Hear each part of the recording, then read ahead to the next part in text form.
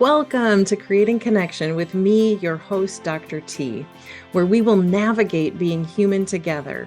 We'll do this through conversations, exploring the challenges and joys of life, uncovering insights and strategies to create meaningful connections, to foster personal growth and find solace in the collective wisdom of our diverse community. Drawing from a unique blend of academic expertise and personal experiences, I will dive into the joys and complexities of aging, death, dying, grief, and body image.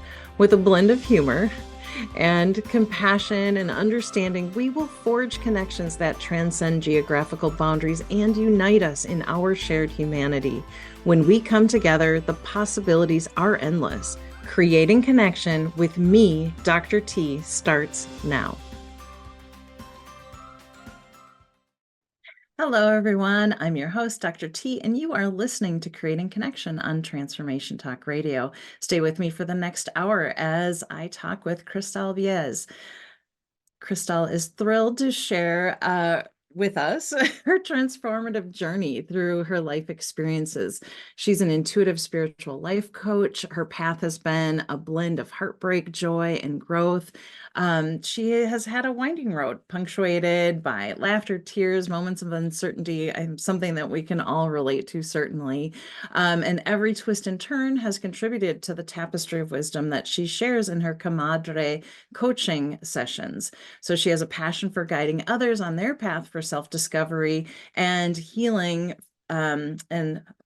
Sorry, I lost my place. Her passion for guiding others on their path to self-discovery.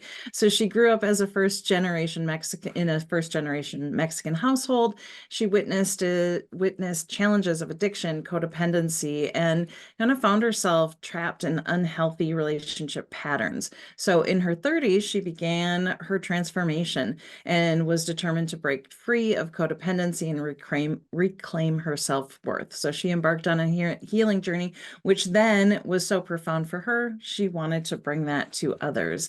And it's through self-love and self-worth. Before she started her own business, she had dedicated a decade of working in the field of domestic violence, sexual assault, and human trafficking. So in that world, she saw, the personal impact of that. And so she's witnessed resilience in survivors and has a commitment to supporting people in their growth. So this journey inspired her to create Unlocking Your Inner Comadre, a transformative program designed to empower individuals to embrace the present and cultivate self-love. So, Cristal, thank you for being here. I stumbled a little bit over the words, but I'm just so excited to talk to you about all of the things. So I'm going to forgive myself and move on. Welcome to Creating Connection with Dr. T. I know you have your own podcast, and you mentioned you're used to being on the other end. So Yes. this will be a conversation, and I would love to get started with, first of all, what is a spiritual coach? Yeah, that's a good question. What is a spiritual coach? So, yeah, thank you so much for that beautiful introduction because it's so true. Like, even for me, hearing everything that you just said, there's a moment of me thinking to myself, wow, I have gone through, like, wow, that is me. Yes, Yeah. yes. um, so what is a spiritual coach? So, one thing that really helped me in my journey of all of that's happened from childhood with all the traumas I've gone through, as mentioned, growing up in an abusive household with alcoholism, codependency, um, and also just breaking generational traumas. Like Mm, it it's hard to do it by yourself. Like mm, it's impossible to do it alone. And for me, spirituality really was kind of like the foundation that helped me get through it.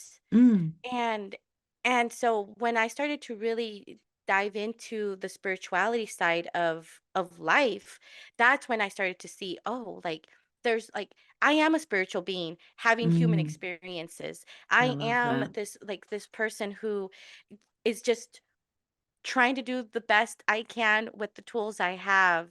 And I realized like one of the biggest tools is spirituality, is having a connection with a higher power, having a connection with God, the universe, spirit, source, whatever. Like, and that's the thing, like that's what I love about, for me, being a spiritual life coach is like it's not about my spirituality, it's about I'm helping you find your spirituality, Mm, because with that, that's how you find your answers to the problems that you have and the solutions that you need.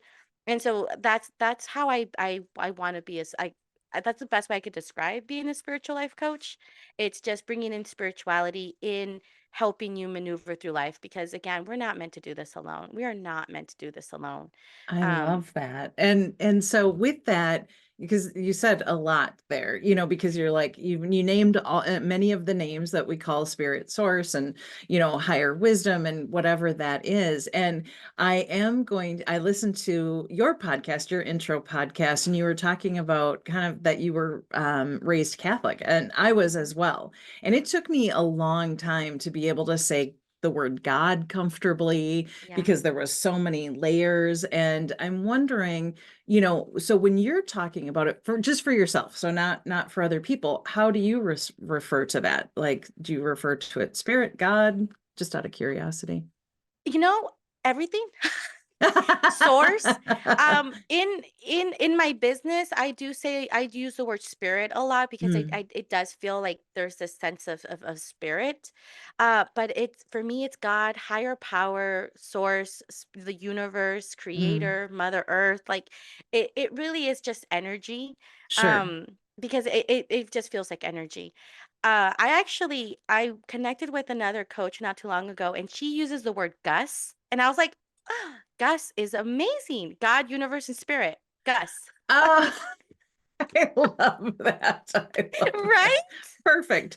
And Perfect. so and so I, for me, it's very and it's I interchange it a lot because I'm comfortable with it. Like at the end, I've developed a relationship with my higher power. Like it's Gotcha. my like, and that's what I really focus on in my practice is take what you like and leave the rest. Mm, There's beliefs in the Catholic Church that I still do believe in, mm. and that's what I'll hold on to. The other stuff, no, it's Yeah. not. It doesn't resonate for me. It doesn't fit for me, and so Sure. but I respect it, because if it works for someone, that's great. Let it work for them. Yes. It just doesn't Yeah. work for me. That reminds me of another thing I always tell people: don't yuck someone's yum. Yeah. Don't yuck it, because for someone it's delicious, for someone it's what they need, it's their medicine, it's their food that feeds their soul. And that's what it is. It's how do you find the food that fills your soul? How do you find the things that Yeah. fill your soul? That's God.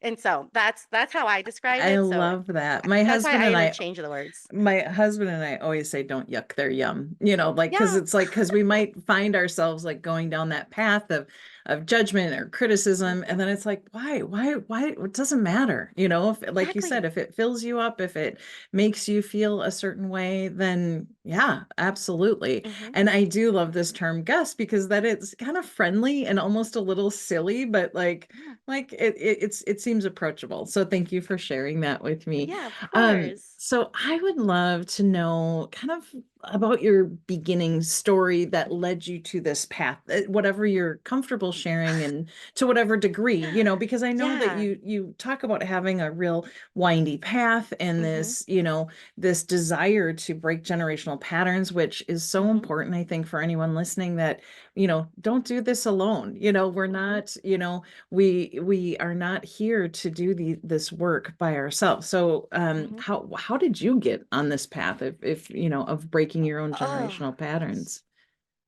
Since I was a child, really, since I was a little girl, I just knew that it wasn't okay. Like, I knew that my dad, because my dad was the alcoholic, and I Mm, knew that my dad's drinking was not okay. I knew that growing up in a household of domestic violence was not okay. Like, but I didn't know better. mm, Like, it was like mm. there was something like I knew this wasn't okay, and yet I didn't know what was okay. So ever since I was a child, like I always told myself, like when I grow up, I don't want to have kids, because honestly, like I didn't want to have kids when I was a child. Like I was like, I don't want to have kids. I don't want like, I want to adopt. Um, which is funny because that's what I'm doing now. I am Oh, adopting. that's So, amazing. I know we are powerful and we just don't realize how powerful we are with the words we say. Yes. But that was like something I always like held very firm to me. Like I knew that I wanted to be different. I knew that Mm, some behaviors just didn't make sense. And that was actually how I felt about religion too, because there was just some things when it came to the Catholic Church that I'm like, that doesn't make sense. But like, but I need this, but it doesn't like, and so I struggled with my spirituality for a very long time. But the pivotal point where I really want to say that really started getting me on the path of I got to do something about this was when my dad actually when he passed away. mm, He his alcoholism got it won the battle, mm. and that disease took him away, and he passed when I was in college my freshman year. Oh, wow. So I was 18, and yeah, talk about being in college. First time I'm out of my house. I'm Mm, living far away from my mom. By that point, my parents were already getting a divorce, so we weren't even living in the same state. My dad was in okay. Illinois, and my mom and my sisters and I were here in California. And I remember when I got the call, I was working. I was a at that time I was a personal care attendant. So Mm. I always had I'm a caregiver. I love helping. I love taking care of people. It's always my thing. And I was at my work site, and I remember getting the call from my mom telling me my dad died, and I'm like, Mm, "What?" Like it was unexpected. It didn't it yeah, it just it rocked my core, like, mm, because I was a daddy's girl. I loved mm, my dad, but yet I also as I grew older, teenage years, I started to see, like, "No, you're drinking too much," yeah, and alcoholism, like, the disease of alcoholism really affected me, like, it truly, truly affected me. I just didn't know it at that time until later on, sure. because what happened after my dad died, I fell into my depression. I Okay. fell into a very severe depression. I became very suicidal.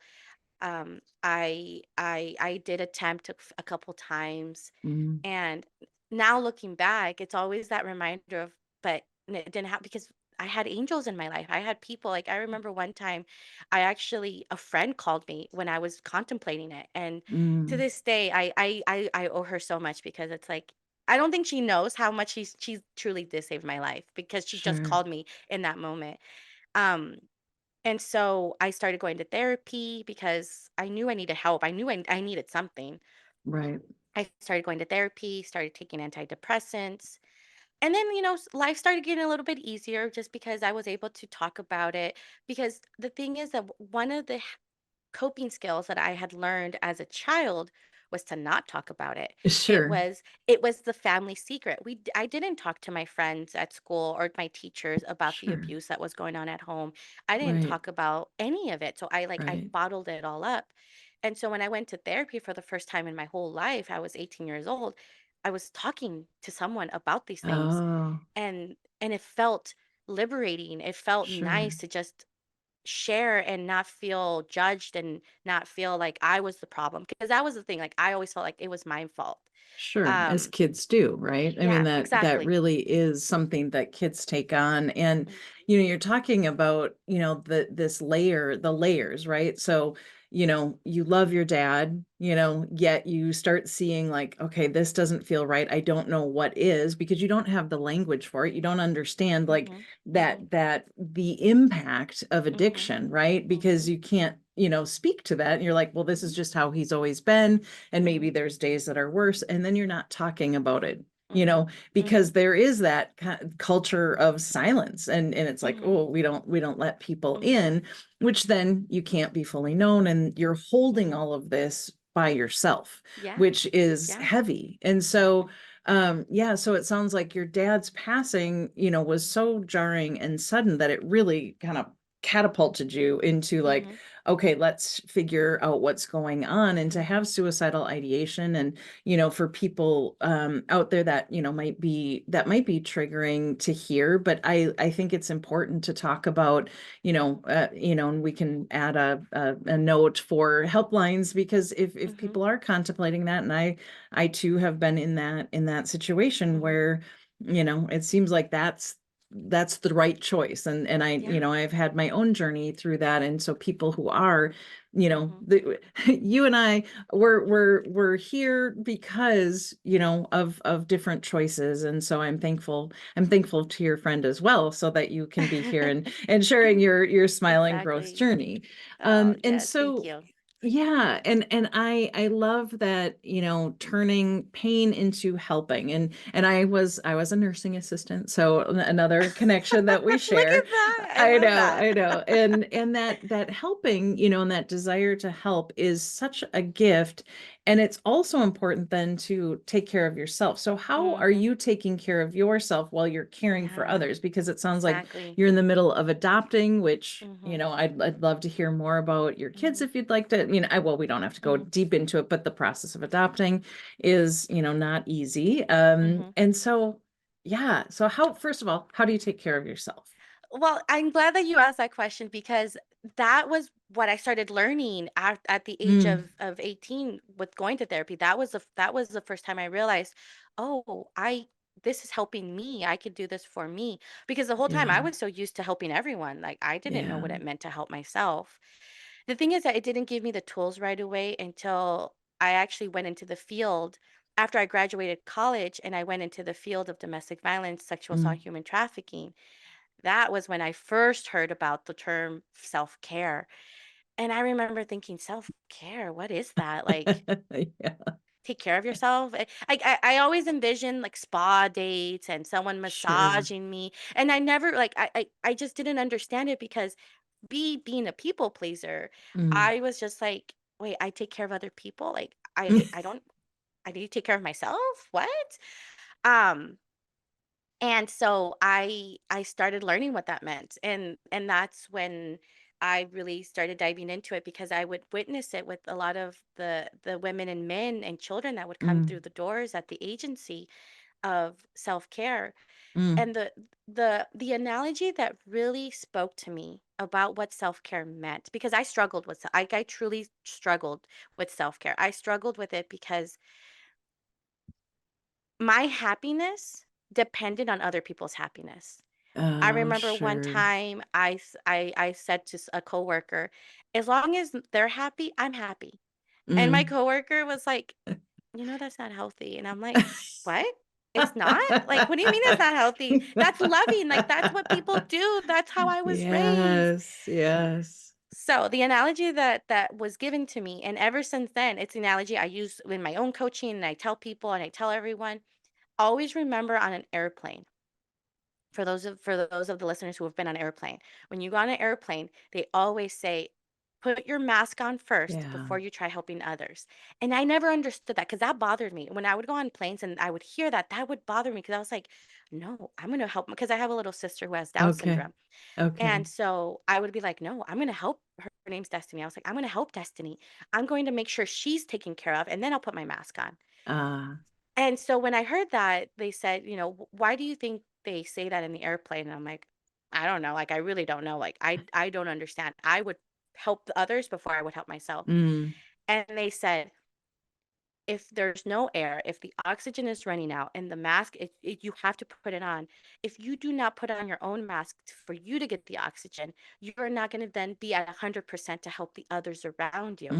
Because mm, if you're panicking, you're trying to help someone and you're running out of air and you're not focusing because you cannot breathe. So how are yeah. you going to be able to help them? And that's when it dawned on me of like, oh, self-care means taking care of me so then that way I can take care of others. So I still get to Yeah. take care of others, but that means I got to prioritize myself. Mm-hmm. So Include that's when I yourself. Yeah, Yeah, include yourself in exactly. that circle of care Mhm, because and mhm, that analogy, I love that analogy because you cannot, if you are depleted, I've heard a phrase too, you can't fill from an empty cup yeah, or whatever. So, so true. like I can't pour into you if I'm on empty. And Mhm, so that idea, that self-care, and I do think the term self-care does get that rap of like, oh, mhm, it's massages and, mhm. pampering. And I love a good massage. I mean, don't get me I wrong. do too. And the I do too. right. And then, but the everyday tools of like how Mhm, you can build your resilience and how you can have mhm, that foundation so that you're solid and sturdy so that you can help other people. Because, mhm. in coaching or in with your family, they're going to pick up on, if you're depleted. Right. And Oh, so this, 100. so that Mhm, idea of, it's not selfish, and mhm, it's reworking that and it's reframing it. And so mhm, I love that you were given this gift early on to start exploring of like, okay, I need to include myself in this circle of care mhm. and bringing that to your own Yeah, life. So do you have absolutely. May is Mental Health Awareness Month. So I Yes, it think this is a is. great topic to be talking about. What is one thing that you do for your self-care? So I love that you're asking that because the way so and the reason why I explained all of this without answering the question that you originally asked was because one thing that I learned when I was talking about self-care, it was I didn't know what self-care was. Mm, I didn't know how to take care of myself because I only knew how to take care of others. And so when I had to like take a step back and start looking at what does self-care really truly mean to me? How do mhm. I fill my cups? What cups do I fill? Who am I? And so I went into a Yeah. whole deep exploration of even figuring out what it was that I did like and what I didn't, because Yeah. being a people pleaser, I also molded myself Mm. to fit other people's expectations, and like I was it was mind blowing like how much I didn't even know who I was. Well, Um and I laugh. I laugh because when I think, because I'm not a music person, but like I kind of like I would absorb like whoever I was dating, like kind of yeah. their music thing, Yes. So, Yes. from the uh Rolling Stones to Metallica to, whatever. Now my husband today, like he has a very eclectic music yeah. taste. So I'm like, I don't know. I get exposed Yeah. to a lot of different Yeah. music, but I so love that's it. why whenever I'm laughing, it is usually in like I'm hardcore relating to right Yes. now. Yeah. So, No, I hear you. so. I hear you. Laugh away. I laugh all the time. But to answer your question, because that was one of the things that and I'm happy to share about it because, and I'll be talking about this throughout the podcast, is my Unlocking Your Inner Comadre program. Yes. I actually really talk about that in one of the modules. It's module number 4, Amate Okay. Cuídate Comadre, which translates to love yourself, take care of yourself. Oh, I like Um, that. and and for me, when I realized, okay, self-care is it's a huge it's an umbrella term. It's huge. I don't know how to tackle it. Mm, And so then I sat down and I was like, I need to break it down because I'm the kind of person I need small bite size to mm, understand it, because when you throw a huge thing at me or huge task, I get overwhelmed. sure. So I broke it down to 4 pillars, and Okay. they're pillars that work for me. And so the way I can answer the question is I have to do self-care for each pillar because Okay. that's what keeps me balanced and stable. Mm, So we have an emotional pillar, a mental pillar, physical pillar, and spiritual pillar. okay. And so I do one for each throughout my day. Okay. And I really do analyze, like I imagine a cup and I'm like, okay, what cup is empty right now? What do I need more of?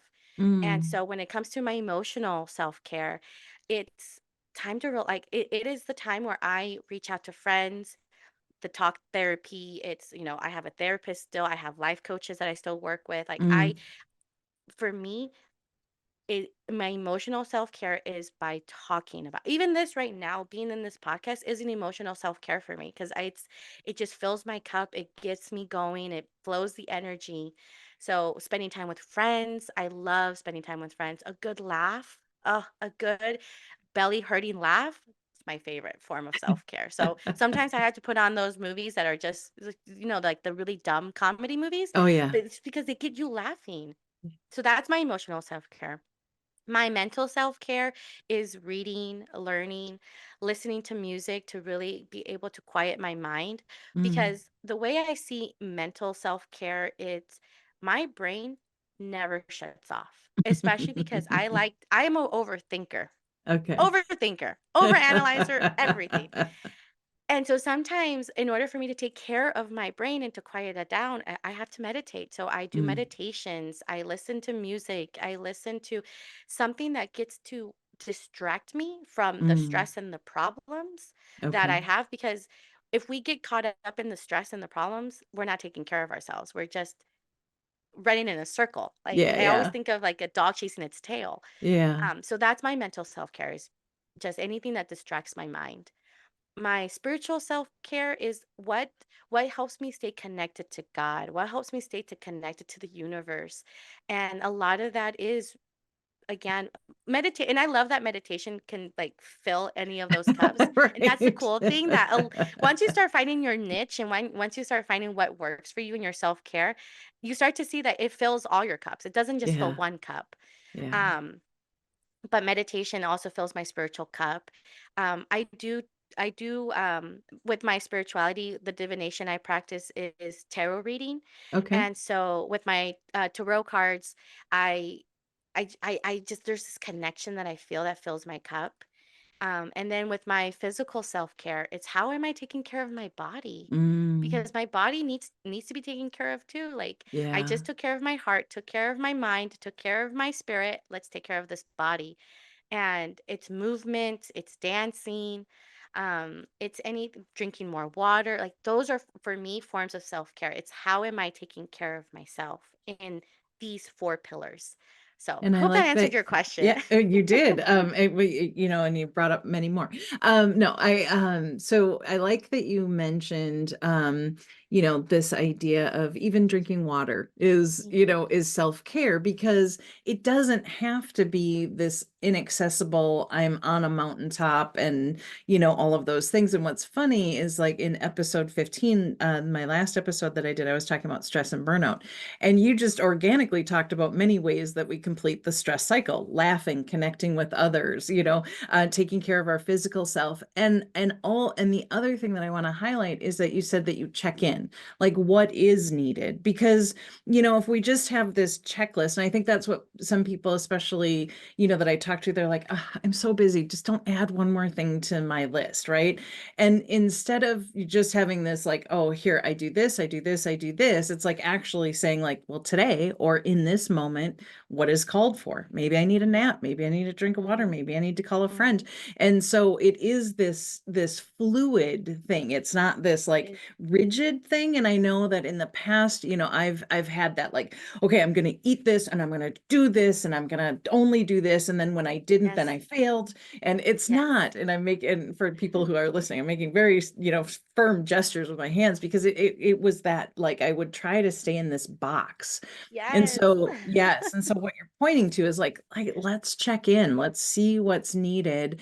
And then you also said about meditation in your busy mind. That's what the mind does, right? It's like Mhm, this gift of this brain. We can think ahead, we can think about the past, but when you're like chasing your tail and you're mhm, circling, then how do you pause it? And sometimes I think movement is needed, because sometimes people are like, my mind is so busy, I can't quiet it. So then I suggest, well, maybe you do a dance for, dance in your kitchen yeah. and then sit down to meditate. But however you can access that inner wisdom and that stillness so Mhm, that you aren't just running on empty.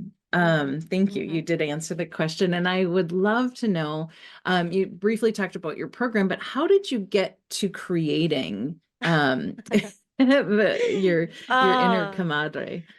thank you. Thank you for such a good question. Yes. How did I get to that point? So, after my dad died, and after I graduated, and after I went into working in the field for 10 years, Mm, I didn't realize immediately in those moments that I was still continuing those patterns. Like, I was still okay. continuing it, because as I mentioned earlier, like, I wanted to break the generational trauma. I knew that I wanted to be different, Yeah. but I didn't know how. Okay. And so once I life happened. I did the best. I was doing the best I could with the tools I had. Everyone's doing the best they can with the tools they have. Yes. Everyone is Yeah. like, all of us are doing the best we can with the tools we have. I'm not perfect. No one's perfect. And so I made my mistakes. And I wouldn't say that this was a mistake, but it was a learning lesson for sure.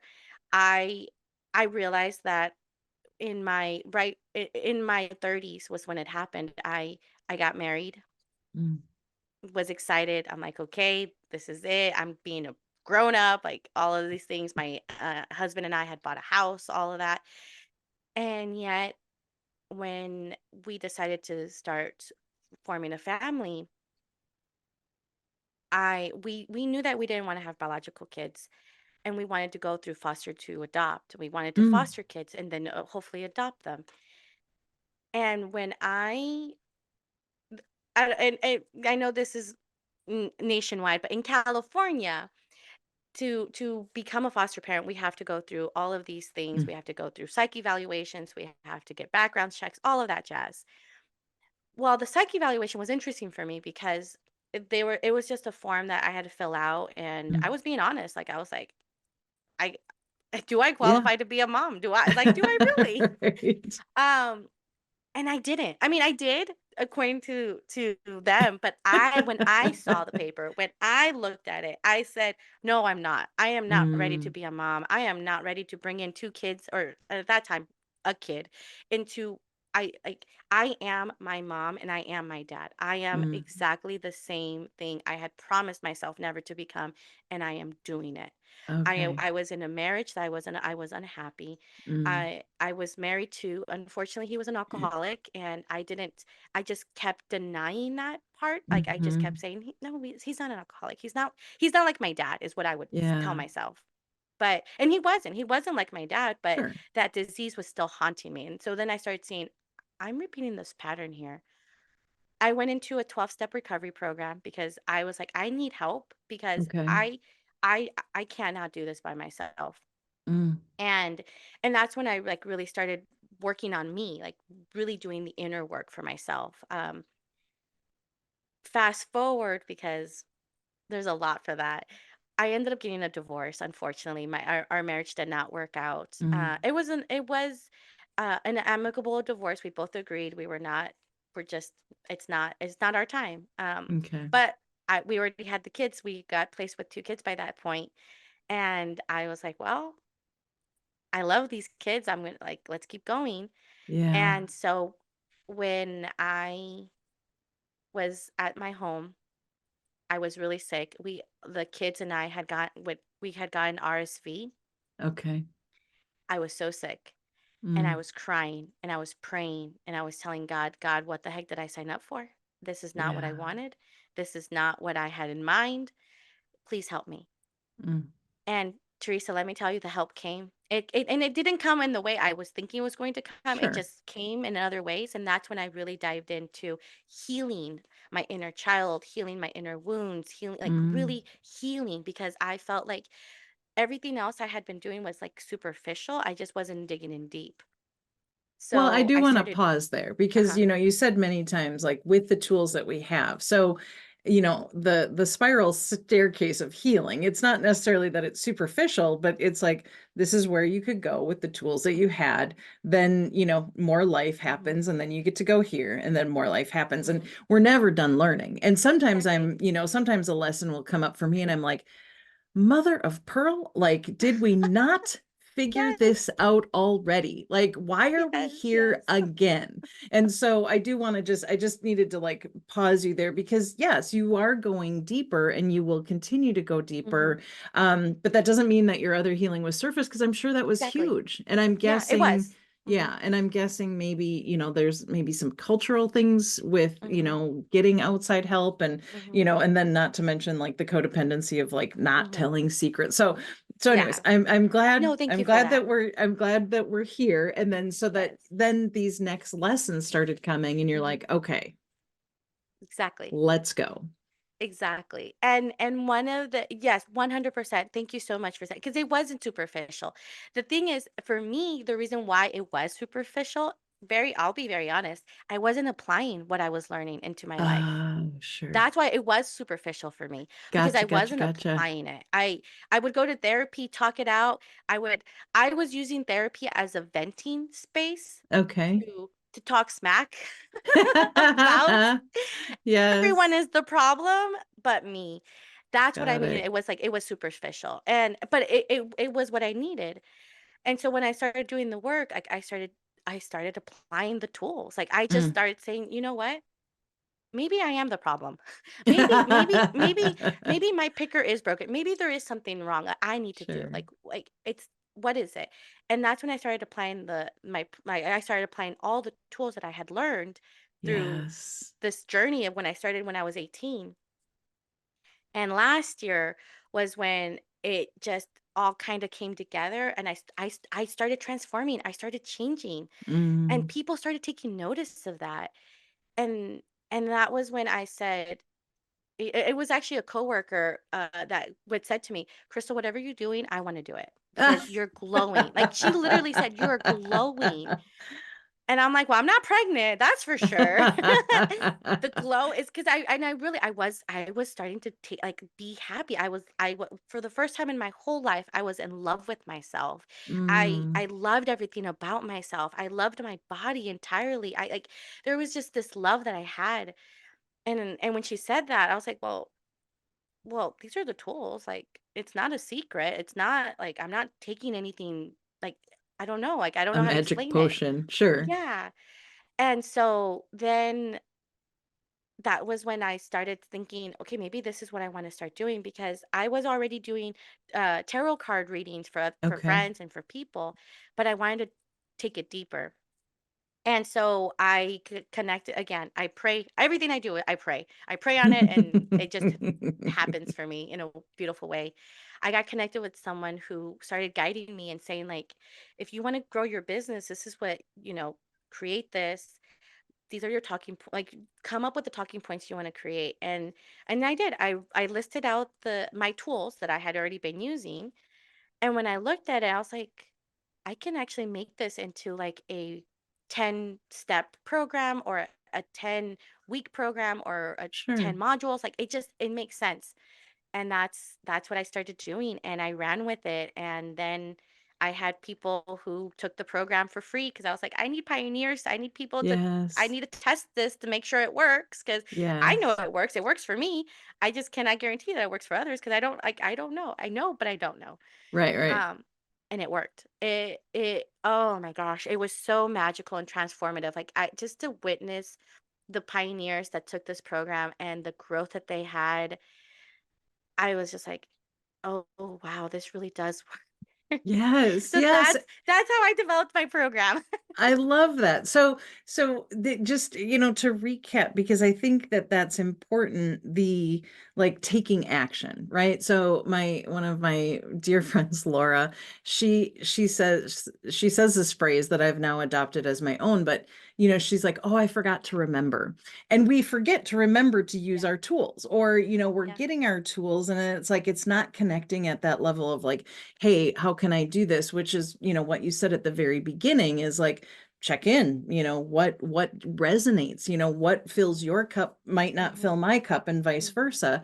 And mhm, so this idea of like distilling it down into mhm, these actionable items so that you can bring yourself into that circle of care is so mhm. freaking powerful. Yeah, and absolutely. I do want to ask, do you do it, are you doing bilingual courses? Like, do you have in Spanish and in English? I do. I do Oh, have the courses in fabulous. Spanish and English, because with Love Your Now Comadre, that's exactly what I wanted to like. I want to reach out to the Latino community Hmm. that has a hard time with, because again, it's a culture thing, us keeping Yes. secrets. And Hmm.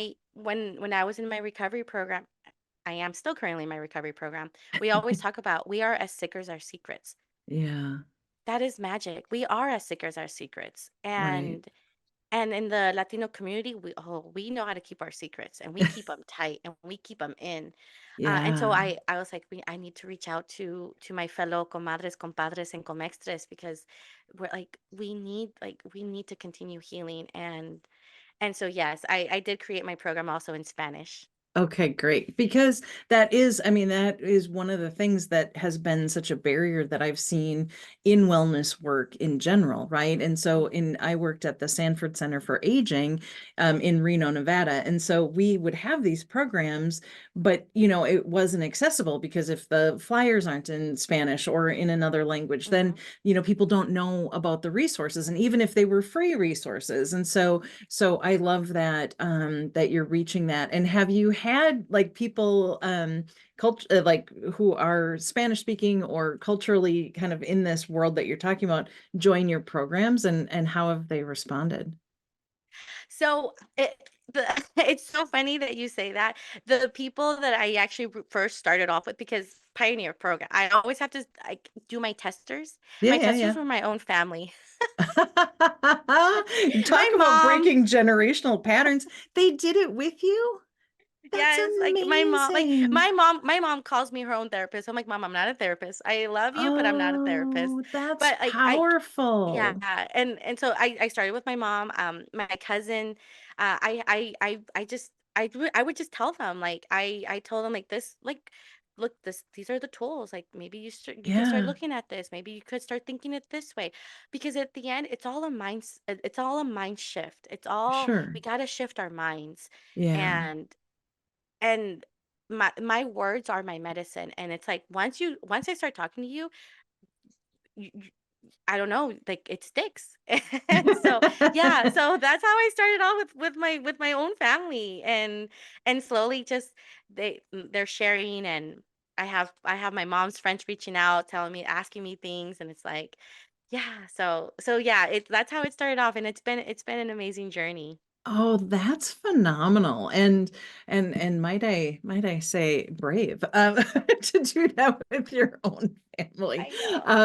But I do I love that because that vulnerability and it's like, okay, someone has to lead the way. And it Mhm, sounds like you're like, okay, yeah, that'll be me. I mhm, will do that. mhm. So before I know I'm aware of time. So just quickly, like how did you come up with the name Comadre? So, comadre in Spanish means, your best friend. The proper translation is, it is the godmother or godparent of Mm. your child when you baptize them. Okay. In the Catholic sense, whoever baptizes your child, it's who you are entrusting to walk and guide your child on their spiritual path. Mm. And I didn't know that. I honestly didn't know that that's what comadre truly meant, because growing up, I always thought it was just like your friend or someone that you just you connected with. Sure. Until my goddaughter was born, and my best friend asked me to be her daughter's goddaughter. And so I was like, "Of course." I went to the Catholic church, did the class. That's when I learned, "Oh, that's what a godparent means." Like, that's the responsibility. That's my responsibility? Like, oh boy. And I thought to myself, I told my friend, I'm like, "Are you sure you want me to be your daughter's goddaughter? Like, I am not the person." But she was like, "Yes, like, I love you." And I was like, "Okay." And that's when like, just my best friend is a really good friend, and one day, she came to me with her problems and her worries, and she asked me to do her card reading, and I did, and the beautiful message that came through, and then she goes, "Thank you so much. Like, you always know what to say. You really are a great comadre." And then that's when it dawned on me. I'm like, that's what I am. I am a comadre. Like, I am your friend. I am everyone's friend. Like, this is who I am. Like, I Yeah. actually just had a comadreando session last night with a friend too, and she's like, "Crystal, this is who you are." I'm like, "I know. This is who I am." Isn't that And so that's where, amazing? yeah, and that's where it came from. Like, comadre, like I am a comadre, and I am everyone's friend. Like, I love you, and you show up in all your colors. You show up in all your darkness. You show up in all your light, Mm, regardless, and I'm still gonna love you, because yeah, that's all I can do. Like, we're all human. We're all gonna make mistakes, and I'm still gonna love you through all of that. that's And so that's amazing. where the comadre came from. Unlocking your inner comadre is like, because that's what I did. And when I started applying all of the tools that I had learned, I unlocked my higher self. I unlocked the version of me that I wanted to be, that I always Yeah. dreamed of being. as a child, I knew I wanted to break generational trauma. I didn't know how to. I didn't know what that meant until I started doing this. And now I'm like, Right. I am breaking generational trauma. I am not just breaking my generational trauma. I am breaking my kids. Like my kids are foster kids, and I do hope to adopt them. And I am also helping them break their generational trauma. Yes. The things that they say to me, and I'm just like, wow, it's working because I it and it's just by me showing up the way I am. And my program, it's not a program that is a secret. It's not, it's just tools that I use on a daily basis and I'm teaching them to others. So Yeah. yeah, So so tell me that's about the whole like, so program it about sounds it. like you do some one-on-one, some modules. Mhm. Talk to me about like what you have available and how you work with people. Yeah, yeah, for sure. So my one-on-one, I call those comadreando coaching sessions. Comadreando translated also means just chit-chatting. It really is just chit-chatting. We talk, we laugh, we cry. Um, and everyone's on a different path. If people feel comfortable with me doing the tarot card reading, that's when I bring in spirit and I'll just channel the messages. And then from that, whatever blockage we need to work through, we talk through it. It's hard to explain. You have to experience it, but it really is like it's a very very magical experience, because then we do a guided meditation, and in this meditation, I am Reiki certified, so I am a Reiki master, and so I'm also passing the energy to you while you're meditating, Okay. and I walk you through a guided one. So those are my one-on-ones. I do have the Unlocking Your Inner Comadre program. I have different pricing points for people. So I have the group setting where it's more affordable, but it's in a group setting, so it's like a container. Sure. And I also have it on the one-on-ones for some people are not in group, like some people are not ready to expose their vulnerabilities in a Right. group setting. I know, I get it. I was also there at one point in my Mm-hmm. life. But so I have one-on-ones available. And so with those, we walk through the program. I literally guide you through each module on a weekly basis and give you Okay. the homework, give you the tools. So those are the two things.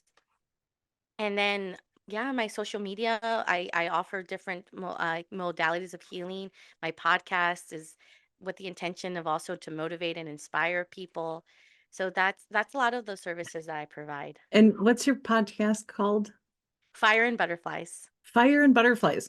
So we have time. I gotta know what's fire and butterflies. How'd you come up with? Because I know naming is hard, but I'm really digging the names that you're coming up with. Yeah, yeah. A lot of this was intuitive. A lot of this Okay. was also just when you unlock your inner self and you just are open to receive the Mm, messages from spirit, they'll come and they're not going to make sense. Like I didn't I but fire and butterflies did not make sense for me either until I just this does make sense. So, astrology wise, I am a triple fire. I am an Aries, sun and rising, and a Sagittarius moon. For those of you who don't understand what that means, it just means I'm very passionate. I'm a very fiery person. And I've always known this about myself. And so I started owning that part of me in mm, my healing journey. I was like, yes, I am fiery. I am passionate. I am not meant to be quiet. I am not meant to be, little Miss Perfect. I'm not meant to be people pleaser. Like I am meant to stand in my own power. love it. And someone who I actually dated compared me to a bonfire, and ever since then, it stuck. I'm like, I am a bonfire. Like people would say, you're a beacon of light. I'm like, I'm not a beacon of light. I'm a bonfire, and I am on fire. So come and join the bonfire. I love So it. that's where the fire comes from. It's like that passion, like that fire that because we all have that fire in us. Some of us just have dimmed it through life. Life dims our fires 100%. So Mm, that's where fire comes from. Butterfly came because as I was on my healing journey, I kept seeing butterflies everywhere, and mm, I kept hearing, and I kept getting compared to a caterpillar, and I'm like, mm, oh, why am I a caterpillar? And then I started realizing, oh, that is transformation. We all start off as caterpillars, and then we go into our chrysalis mode. And when we are in the chrysalis mode, that's when everything is hard, and because that's when the caterpillar actually dies and becomes a larva state. And yeah. from there, that's when the magic happens. And so Okay. that's where what happened. It's like the butterfly, like they are butterflies in your life. I also like to see butterflies as God moments, those moments where you're thinking, was that odd or was that God? No, it was God, 100% God. That's a butterfly moment. And so the podcast Fire and Butterflies is all of that. I am bringing you the fire and I am bringing you God. I am bringing you everything that you need in this podcast. So take what you like and leave the rest. Even if you listen to the podcast and you just take one thing, that's what you needed to hear. And so that's where I came up with the name. I love that. And yes, so transformation and fire. And I don't know if we talked about this when we first met, but I am also an Aries. When's your birthday? I love this, Teresa. March 27th. Okay, so I'm April 2nd. I have a twin sister and we missed April Fool's Day by an hour and a half.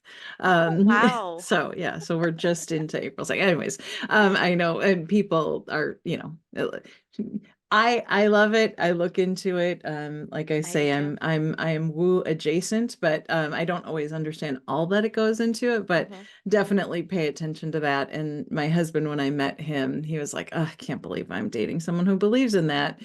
And I was like, I can't believe I'm dating another Scorpio. So whatever. Like, so it is, I think it's fun. I love a good framework of understanding like how we are in the world. Hmm. Okay. So as we have about 5 minutes left. And so I love leaving people with like an action item or what's some steps that they could take in their life. They're listening to this podcast whenever they're listening to it, and what can someone do like when they're done listening to our chit chat, our conversation? Go unlock your inner self, and the best way to do Mm, it is checking out my journal. Like the journal, like it's free on my website. that's No awesome. strings attached. Just download it. It really starts giving you the for many people, because everyone's in a different path on their journey. It might give you the framework. It might even give you a different viewpoint of looking at things. But it's really just start looking at those 10 tools. And those 10 tools are: find ways to deepen your spirituality, find Okay. ways to connect with your intuition, find ways to connect with those heart parts of you, your inner child, inner teenager, inner adult, whichever part of you has been hurt. Because Mm. that was the one thing that I discovered in my healing journey, was when I did inner child healing. I was like, oh wait, I also got to heal these other parts of me. Yeah. So like But finding wait, ways there's to more. heal. Yeah, exactly. But wait, there's more. Finding ways to heal those parts of you. Yeah. Um, then loving yourself, taking care of yourself. How do you love yourself? How do you take care of yourself? Yeah. Really defining that for yourself. Because Hmm. again, we live in a society that we think that everything that works, if this works for this person, it must work for me. No, it's not going to work for you. Like you gotta find what works for you. So Right. anyways, loving yourself, taking care of yourself, and then setting boundaries, learning how to set boundaries. Because if we don't set boundaries, trust me, no one's going to set those boundaries for you. That's a So learn how that's to a do whole that. nother we need to come back and do a whole nother thing together because yeah, Yeah, boundaries, that's a deep dive, man. That is exactly. something that is Exactly. funny and hard and it can, I will speak for myself. When I have set boundaries, it feels actually terrifying It sometimes, like, is. which is It is. it's so weird, my because my husband's better at it, so he'll be like, you said no, big deal. And I'm like, oh my God, like the Yeah. relationship's over, or, Yep. the world is going to end. And it's not, but Mhm. that's how it feels in the Mhm. body. So boundaries, Yeah. yes, we will Yes. have to come back and talk about that. Yeah, for sure. I'm always happy to come back. Okay, But perfect, and perfect. then from that, and then it's doing the shadow work. It's what I call shadow work, inner work, ego work. Everyone's calls it something different, Mm, but for me, it really is ego work. Like starting to really okay, figure out why you do the things you do. Because again, we did the things we did because we had those tools, and now gotcha. it's time to start looking at that. So check out the journal. That's the best thing to start doing. And I yeah, love it. that. And you're offering it for free on your website, which the links will be in all of the Mhm. descriptions, and you can find out more about Cristal from there. So I Mhm. want to also say, people can also check out my website for free downloadable meditations and practices. And my website Which is is, so good, by the way. oh, I thank did you. it. It was Oh, did so you? good. Oh, Yes, thank I'm you. gonna download it again because I thought yes, but it's good. It's good. So Which one everyone did you should do it. do? The oh, see, I don't even No. remember the name, but it was good. I Okay, was like, well, "Oh I'm yeah, I like I'm this one." glad. I'm glad. Well, good. So thank you for, and so testimonial. No, thank you Yes. so much. So you have it here, you know, that it's good, it's good. I love it. And so my website is ccwithdrt.com. That's ccwithdrt.com. Folks in Minnesota, you can join me on June 6th from 6 p.m. to 7:30 p.m. at Align Optimal Wellness for an in-person workshop on mindful aging. And you can find Cristal and all of her offerings. So thank you so much for being here.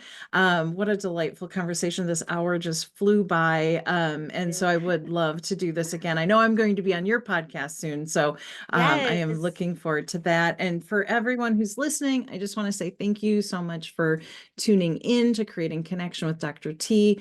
I'm so grateful that you chose to spend this time with us today. Reach out with any questions or comments, and I always love show ideas. So thank you so much for sharing my show. And you can join me on the first and third Wednesdays of every month at 1 p.m. Eastern, 12 Central, 10 a.m. Pacific. And until then, take care of yourself and others.